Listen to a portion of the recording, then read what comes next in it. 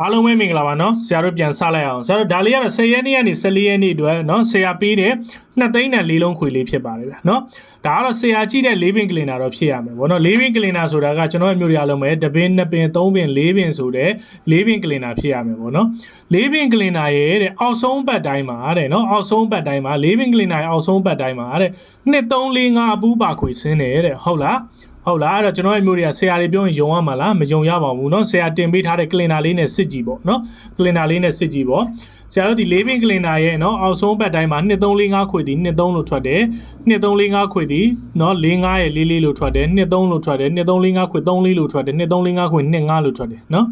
2 3 4 5ခွေ2 5လို့ထွက်တယ်2 3 4 5ခွေ2 5 2 5 3 3လို့ထွက်တယ်2 3 4 5ခွေသည်4 5 3 5လို့ထွက်တယ်2 3 4 5ခွေသည်5 4လို့ထွက်တယ်2 3 4 5ခွေသည်4 2 2 3လို့ထွက်တယ်နော်ဒီမှာတော့တပင်နော်ဒီမှာတော့နော်နှစ်ရက်တည်းပဲထွက်တယ်ဒီမှာတော့ဆရာဒီ2 3 4 5ခွေဒီ9လေးလို့ထွက်တယ်2 3 4 5ခွေဒီ3 3 4 2လို့ထွက်တယ်2 3 4 5ခွေဒီ9 2 5 5လို့ထွက်တယ်2 3 4 5ခွေဒီ9 2 5 3လို့ထွက်တယ်2 3 4 5ခွေဒီနော်4 3 3 3 4 3ဆိုပြီးထွက်တယ်2 3 4 5ခွေဒီ3 5 2 4လို့ထွက်တယ်အဲ့ဒီလို့ဆိုရင်ဆရာဒီမှာလည်းပဲ3 3 5 3 4 3ဆိုပြီးထွက်တယ်အဲ့ဒီလို့ဆိုရင်ဆရာတို့ခုဒီမှာလည်းပဲ2 3 4 5ခွေဒီတေးကြပေါက်ဆင်းမှုရှိတယ်ဟုတ်လားကျွန်တော်ရဲ့မျိုးတွေဒီ2 3 4 5ခွေထိုးမယ်ဆိုရင်ပေါက်သီးတစ်ချိန်စာတေးကြပေါက်ရမှာဖြစ်ပါတယ်ဟုတ်လားအဲ့ဒီထဲကနေမှကျွန်တော်မျိုးတွေအတွက်ဆရာဒီ main အနေနဲ့ရွေးပေးတာဒီ